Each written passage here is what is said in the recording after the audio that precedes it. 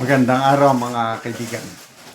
Bigyan natin ng reaction opinion itong latest post ni Dean Chase sa kanyang Facebook Reel. Isang video na galit siya, binabatikos niya si pro BBM vlogger na si Ogie Diaz. Anong dahilan? Doon sa video na pinapalabas ni Dean Chase tungkol sa nakatira dyan sa palasyo, deepfake, AI generated daw, sabi ni Ogie Diaz. At kinestyon ni Dean Chase, ano ang expertise, ano ang karapatan naman nitong si Ogie Diaz na magsabing deepfake. Ito, pakinggan natin ha. May tanong ako sa'yo, mukha mo parang tuwan. Ano bang karapatan mo na para sabihin deepfake or AI generated yung nirelease namin ni Mr. D? Sino ka ba? At ano ka ba? Ano bang credentials mo? Do you specialize in digital manipulation? Do you have a credential for forensic document examiner? Kasi kung meron, by all means, pwede mo sabihin deepfake yun or AI generated. Pero wala eh. Wala kang credential na gano'n. Wala kang karapatan na sabihin na deepfake yun. Kasi wala kang credentials to say such things. However, ako meron. Meron akong credential as a forensic document examiner kasi yan ang trabaho ko dito. Sa isang bangko at a law firm, I'm a forensic document examiner dito. Yan ang trabaho ko dito sa Amerika. Alam niyo ba kung gaano kadilim yung video na yon, yung original? It was not AI generated, nor manipulated. No. In-enhance namin yon para makita ang pagmumukha ng adik yung presidente. Kaya wala kang karapatan na sabihin deepfake yun kasi wala kang credentials. Ano ka ba? Hindi yan pwedeng magngangaw-ngaw ka lang na sasabihin mo na deepfake yun porket nakita mo ang still images ng video at saka yung video mismo, wala kang karapatan. Ay, oo, deepfake to kasi wala kang karapatan, wala kang credential. Okay? Hindi yan pwedeng magngangaw ka lang.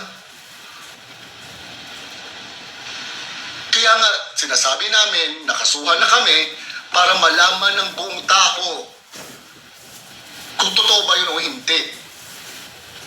Ilang beses na namin yung hinahamon.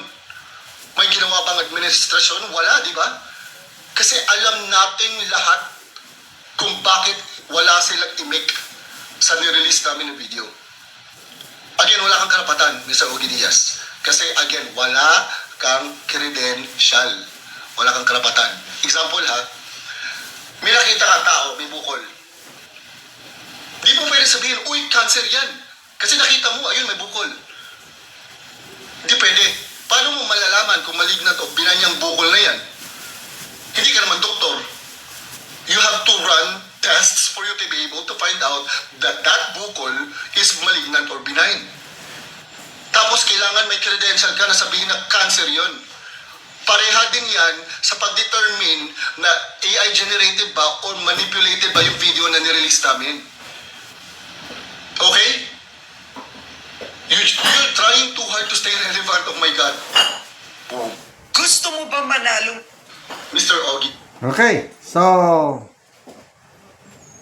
agree ako na madaling magsabi, deepfake yan, AI yan. Kaya lang, wala ka namang credential. Ang makapag-determine lang yung expert tungkol sa bagay na yan. For example, yung pinalabas noon, 2024 ba yun, na pulburon video. Sinasabing AI,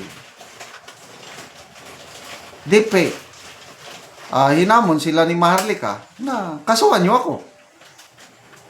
Kasi ako, meron na akong dokumento. Pina-examine ko na sa forensic expert. Meron ako, hawak ko. Sige, halina kayo. Kasuhan nyo ako.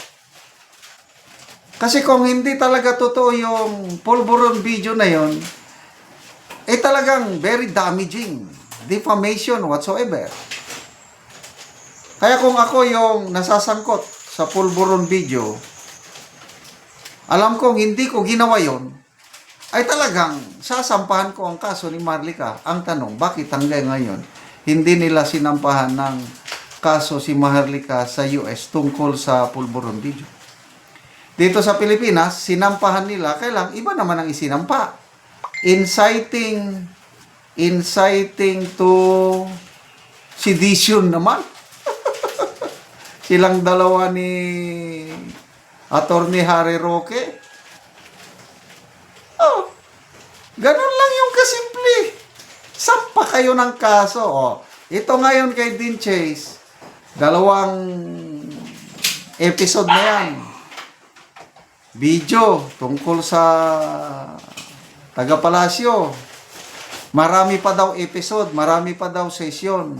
Ngayong Valentine's Day, maglalabas na naman daw siya. O, ang tanong, Malacanang, taga-palasyo, Anticlair, kailan kayo magsasampa ng kaso kay Dean Chase?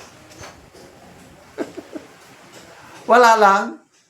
Ay, kung hindi kayo magsasampa ng kaso, hindi nyo masisisi ang taong bayan mag-speculate o mag-conclude kahit hindi siya eksperto. Ito, speculation na lang ito. Takot silang magsampa ng kaso dahil mabubuking sila na totoo pala yung video kung sasampa nila ng kaso. Di ba ganon yung iisipin ng taong bayan pag hindi sila kaya pwede ba challenge, china-challenge na nga kayo ni Sasasot Rugando eh. Sabi niya, mga ka-DDS, suportahan natin ang Pangulo at ang unang ginang. Kasi nakakasira ng imahe yung ginawa ni Dean Chase. Sampahan na nila ng kaso si Dean Chase para maprotektahan ang imahe ng first couple natin. Nakakaya. Sige na, sampahan nyo na. Suportahan natin ang Pangulo at unang ginang. Ako, sinusuportahan ko nga. Please, Anticlair, taga Malacanang.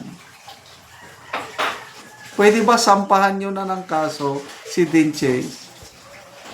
Huwag nyo nang patagalin. Para naman hindi nakakaya ang bansa. Okay lang sana kung ordinaryong tao lang, ordinaryong Pilipino yung nasasangkot. Pangulo eh.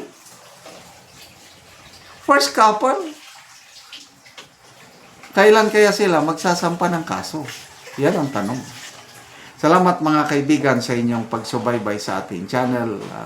Nakakatulong kayo ng malaki sa tribong Talandig ng Bukidnon dahil ang income sa channel na ito is pantulong sa tribo. Nakakapagbigay tayo ng libreng yero at pako sa tribong ito para naman makapagpatayo sila ng mas maayos na tirahan. Panoorin nyo ang video na ito. Ang natagaan na mo o gero. So wala yang bana. So siya na ang nagdala.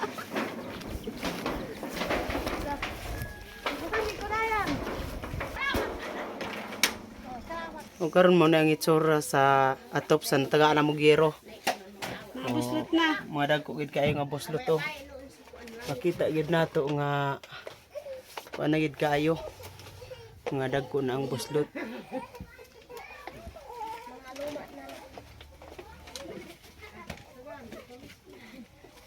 So karon pila na ni katuig ang inyong atop nga yero ngayon ani na ang itsura oh. Siyam na katuig. So dugay-dugay na gyud. Ngano man sa siyam na katuig nga kuan buslot nang inyong atop wala man mo nakapuli og atop. Ani. Kalisod, wala giri atop namo. Tungod sa kalisod wala mo nakakuan gyud og inyong atop. So unsa ra inyong trabaho sa imong bana? Magmuso. Magmuso ra mo. Na kung walay muso, wala na gyud. So pila ka buok imong anak? Tulo. Tulo. So tanan naga-eskwela? Ang duha. Ang duha ga eskwela. Unsa na yung mga grade? Grade 2. Grade 2. So siyam na katuig ang inyong balay. Inani na ang itsura. Asa day karon imong bana? Nanggad. Nanggahad siya. Amat sa Ginoo nga sa nagtabang sa sin nga magpadayon ng ilang pag atag mga uban nga wala na tagaan. Diyan pa ang nanginahanglan nga sama kanako. Oo, so salamat kayo. Salamat kayo sa Ginoo. Oo, sige, sige.